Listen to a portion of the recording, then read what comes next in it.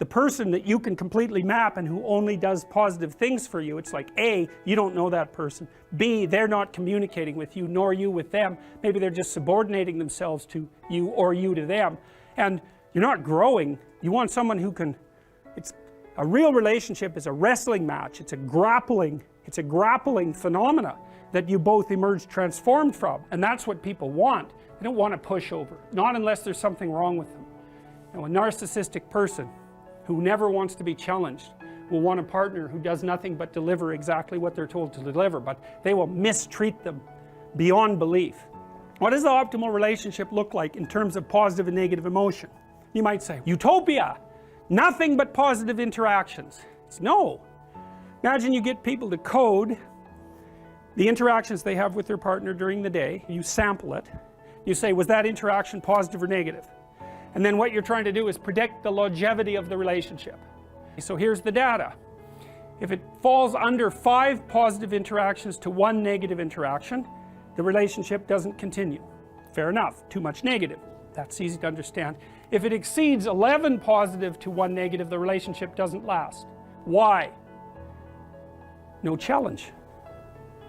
Right? What do you want from your partner? Bliss? No, you don't. That's a representation of Diana. You could think of Diana, there's an opposite, Durga, in Hinduism, and she comes forth if you make the proper sacrifices to Kali.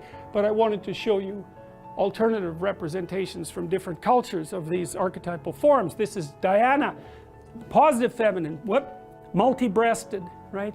She's the thing that nourishes the world, and so that would be, on one hand, your mother, who obviously protects you from the terrible aspects of fire and danger, but also nature conceptualized as the positive feminine in general.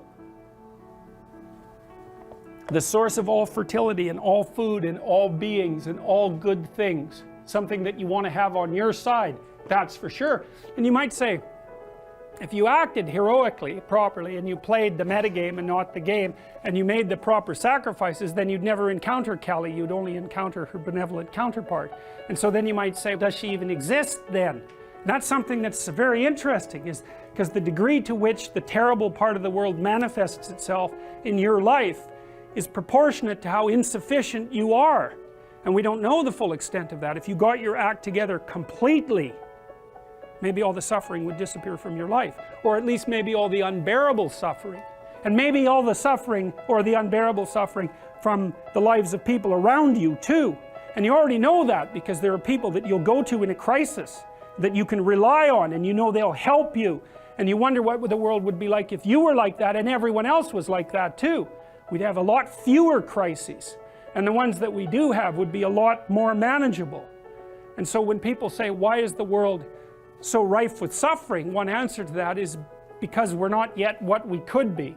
And at least that's an answer that we have some control over, right? You're not going to talk God out of making the world suffer, that's for sure. And you're not going to negotiate directly with Mother Nature, but you might be able to put yourself together a little bit and see if that works. At least it's under your control. And God only knows what the upper limit of that might be. Here's the decomposition of the fundamental archetype. The dragon of chaos differentiates, on the one hand, into the feminine, that's the unknown, and the feminine differentiates further into the negative feminine and the positive feminine. The negative feminine is the reason for witch hunts. It's the reason for, there's a whole group online called Men Going Their Own Way, MGTOW.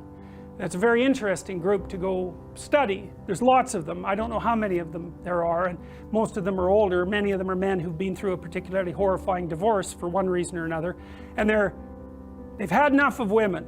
So they tell the young men that they're teaching, never have a permanent relationship, never share your territory with a woman, never share your possessions, make sure you never live together, and don't stay with one long enough to enter a common law relationship because you will be stripped of everything that you have. That's a hell of a thing to be telling people. But what's happened is that the female has been manifested in their life only as the negative archetype, and they've got that confused with all women.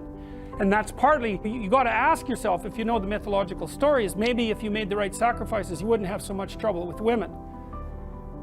I can make dinner, I can take care of my family, I can undertake this job at work. That makes me a decent father. That's part of being a good being a good person. question is, what's at the pinnacle of that, at the upper end of the abstraction hierarchy, because these things should be organized all the way up into a complete hierarchy. What does it mean to be a good person? It means, we've walked through it, it means you win the set of games, you go out into the world and explore, and you bring back what you've found, and you build yourself out of it, and you share it with other people. It's an old story. That's no different than the story of the collective hunt. It's exactly the same thing, right? You build yourself into someone that can have a long-term relationship with someone of the opposite sex, generally speaking, so that you can bring children into the world and turn them into exploratory heroes and stabilize the state. That's what should be at the top, and that thing that's at the top, it's the same thing. It's the integration of all of those things into the same thing. And that's the same as the sun. That's the same as the halo. It's the same as the thing that emerges from the belly of the whale. It's all of those things. And you also know that because that you have the capacity for admiration. It's in you. It's in you. It's locked into your biology, and it's locked into your sociology. You see what you admire, and that's a partial representation of the ultimate ideal. It's as simple as that. So I nested this, so I should just explain this diagram briefly. So it was a map I tried to make in some sense of my own identity, just using myself as an example. Someone typically situated in society. I have this role, which is a high resolution role. I'm a father and a husband, and I also run a business, and so the father and husband thing is nested inside of that because it's dependent on my economic success to some degree. And then that's nested inside a capitalist structure. And then that's nested inside, I said American personality, but that's good enough. And then that's nested inside the humanistic Western personality and inside the Judeo-Christian personality, and that's all nested inside this thing that's best conceptualized as something approximating the exploratory hero. And so that's a value structure and you can differentiate that to a much higher level than father and husband, and we did that when we decomposed things right down to their motor actions. And you want what you want. And this is, I think, there's something that's transcendent about this. You want all those things stacked up so they're all operating properly at the same time, all the way up and all the way down. And I don't even know how far down means. Like, if you get all those things together, your physiology be organized and oriented properly too. Oh, and that means your organs work properly and the micro elements of them work properly, and all the way down.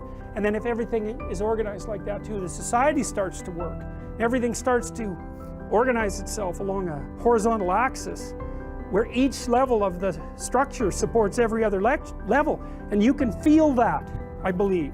That's what you feel when you're engaged in doing something meaningful.